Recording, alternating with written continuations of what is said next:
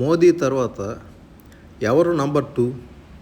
అమిత్ షాను తప్పించి నారా చంద్రబాబు నాయుడు కేంద్రంలో నంబర్ 2 పొజిషన్కి ఎదిగాడా? ఈ ప్రశ్నలకి ప్రముఖ జర్నలిస్ట్ రాజ్దీప్ సర్దేశాయ్ అవుననే సమాధానం చెబుతున్నారు. రాజ్దీప్ సర్దేశాయ్ జగమెరిగిన జర్నలిస్టు. గుజరాత్లో పుట్టిన ఈయన సిఎన్ఎన్ నెట్వర్క్తో జత కలిపి గ్లోబల్ బ్రాడ్కాస్టింగ్ కార్పొరేషన్ నెట్వర్క్ అనే సంస్థని ఏర్పాటు చేసి ప్రపంచవ్యాప్తంగా వార్తలను ప్రసారం చేస్తూ ఉన్నారు. రాజ్దీప్ సర్దేశాయ్కి ఓ యూట్యూబ్ ఛానల్ తన పేరు మీదే ఉంది. ఆయన వారానికి ఒకసారి స్ట్రైట్ బ్యాటింగ్ అంటూ ఒక కాలం ఇస్తారు. ఆ కాలంలో ఈ వారం కేంద్రంలో చంద్రబాబు నంబర్ 2, మోడీ తర్వాత ఆయనే అని చెప్పి అనలైజ్ చేశారు. ఈ వారమే కేంద్ర బడ్జెట్ వచ్చింది. అందులో చంద్రబాబు నాయుడు ఆంధ్రప్రదేశ్కి మోయలేనంత బడ్జెట్ తీసుకెళ్ళాడు. మోదీ ప్రభుత్వం బాబుకున్న 16 ఎంపీ సీట్ల మీదే కీలకంగా ఆధారపడటంతో ఆ సీట్లు బంగారంతో సమానమయ్యాయి. మోదీ పక్కన చంద్రబాబునే కూర్చోబెట్టుకుంటున్నాడు. ఇది గతానికి భిన్నం.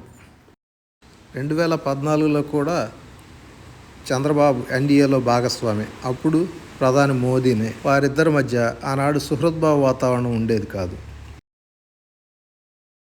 2002లో గుజరాత్ ముఖ్యమంత్రిగా ఉండగా మోదీ హయాంలో అల్లర్లు నాటి ప్రధాని వాజ్పేయితో బాబు చాలా సన్నిహితంగా ఉండేవారు. ఇది నేపథ్యం కాగా 2014లో బాబుని నమ్మలేం అని చెప్పి మోదీ తన సహచరులతో అన్నట్టుగా రాజ్దీప్ సర్దేశాయ్ చెప్పుకొచ్చారు. 2018లో చంద్రబాబు ఎన్డీఏతో తెగదింపులు చేసుకోవటం జరిగిపోయింది. ఆ తర్వాత 2023 ఆగస్టులో బీజేపీతో పొత్తు కోసం బాబు ఢిల్లీ వచ్చారు. అయితే ఆయన్ని వెయిటింగ్లోనే పెట్టారు. డిసెంబర్లో బీజేపీతో పొత్తు ఖరారైంది. అది కూడా పవన్ కళ్యాణ్ ఇనిషియేషన్ తీసుకోవడంతోనే జరిగిపోయింది. బళ్ళు ఓడలయ్యాయి. కాలం ఎప్పుడు ఒకే రీతిగా ఉండదు. ఈసారి 16 సీట్లు వచ్చాయి టీడీపీకి. ఎన్డీఏకి మూలస్తంభం చంద్రబాబు. మంత్రి పదవులు కోరలేదు. బాబు నోరు తెరిస్తే స్పీకర్ పదవి ఇవ్వడానికి బీజేపీ సిద్ధంగానే ఉంది. అయితే ఆయన నోరే తెరవలేదు.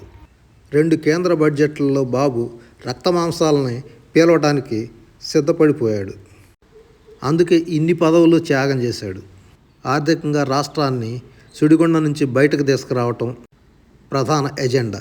టీడీపీని మరింతగా స్థిరపరచుకోవటం ఆయన మరో ఉద్దేశం. తెలుగుదేశం పార్టీకి ఇప్పుడు వచ్చిన 16 సీట్లు ఆషామాషీ కాదు, బ్లూ చిప్తో సమానమైనవి అని ఆయన అన్నారు. బ్లూ చిప్ అంటే స్టాక్ మార్కెట్లో బంగారంతో సమానం. బాబు ఆ 2 టార్గెట్లు పెట్టుకొనే ప్రధానమైన మంత్రి పదవులు అడగలేదు, స్పీకర్ పదవిని కోరలేదు. మోదీది యూజ్ అండ్ త్రో పాలిటిక్స్. ఢిల్లీలోని నంబర్ 7 లోక్ కళ్యాణ్ మార్గానికి జగన్ ఎప్పుడు కావాలనుకుంటే అప్పుడు వెళ్ళేవాడు, వచ్చేవాడు. రాజ్యసభలో ఎన్డీఏకి బలం లేకపోవటం, జగన్కి 11 ఎంపీ సీట్లు ఉండటంతో ఈ పరిస్థితి వచ్చింది. అది గతం. వారం రోజుల క్రితం ఢిల్లీ వచ్చాడు జగన్. ఆ సందర్భంగా మోదీ, అమిత్ షా అపాయింట్మెంట్లు ఆయన కోరాడు. అయితే అపాయింట్మెంట్ ఇవ్వలేదు. 2 ఏళ్లలో బాబు తన పార్టీ రాజకీయ స్థిరత్వాన్ని, రాష్ట్ర ఆర్థిక పటిష్టతకు దోహదం చేసేలా వ్యవహరించాలని చెప్పి నిర్ణయం తీసుకున్నాడు. దీంతోనే ఎన్డీఏలో స్థిరంగా కొనసాగుతున్నారు. ఇదిలా ఉండగా బాబు చాలా పాత ఆటగాడు. అన్ని పార్టీల్లోనూ ఆయనకు స్నేహితులు, సన్నిహితులు ఉన్నారు. కూటమి కట్టడంలో నేర్పరిగా ఇప్పటికే నిరూపించుకొని ఉన్నారు.